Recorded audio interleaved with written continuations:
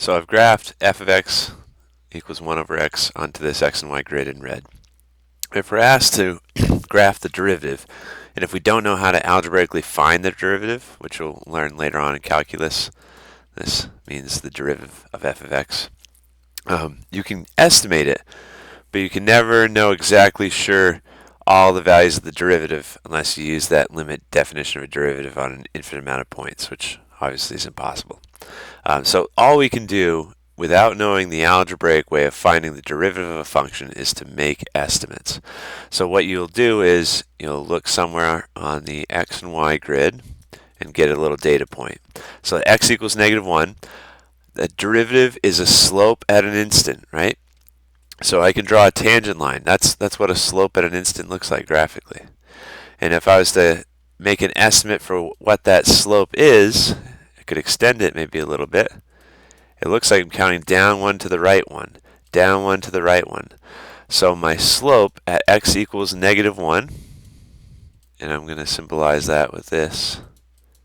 This notation might be new depending on where you are in the calculus course. The slope looks to be -1 because we're counting down 1 to the right 1. Okay, let's get another data point. How about an x equals -2?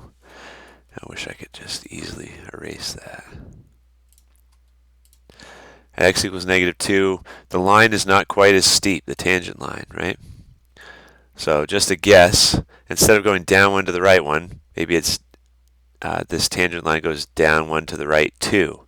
So down 1 to the right 2. That's an estimate for my slope there. And then maybe let's get something between -1 and 0. So how about x equals -0.5?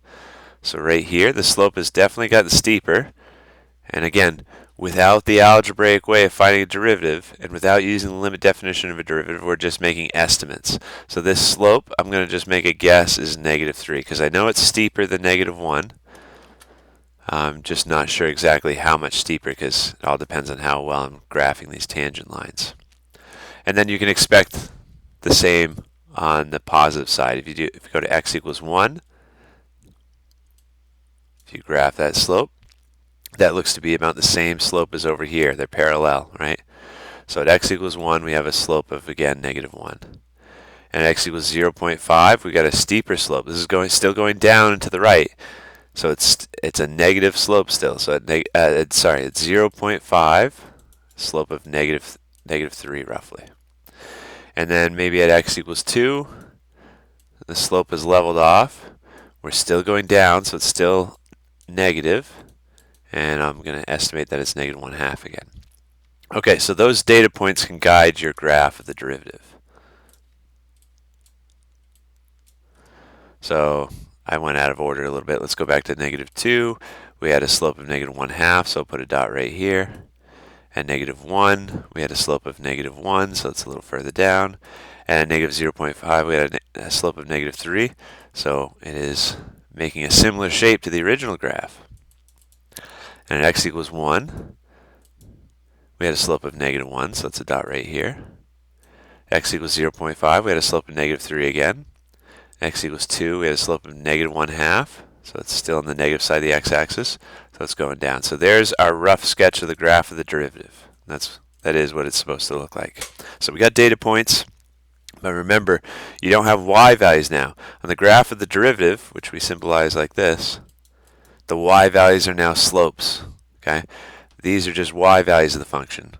Plug in 1 into the function, you get out 1 for y. Plug in 2 in for the function, you get out 1/2. But the graph of the derivative, remember your y-axis are instantaneous slopes, which would replace my y column over here. Okay, so using those data points is probably the best way to do it when you're first starting out.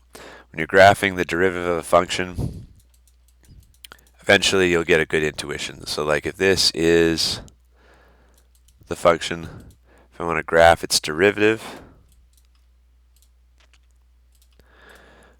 I'll watch what happens to the slope. It's negative, but less steep. So we got like -4, -3, -2, -1, 0.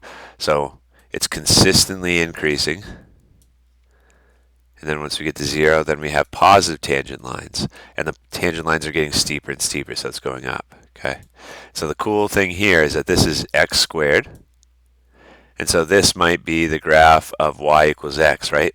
X squared is a parabola. The derivative of a parabola is a linear function. And really, if this was x squared, the actual derivative would be 2x here. Okay.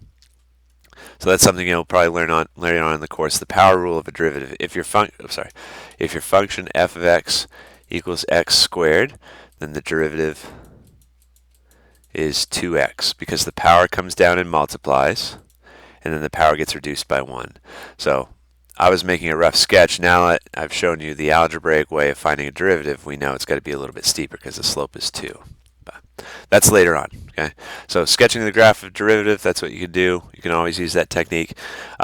If you have the algebraic function, you can do an algebraic operation to find the derivative using something called the power rule like I just did, but you might not be at that point in the course.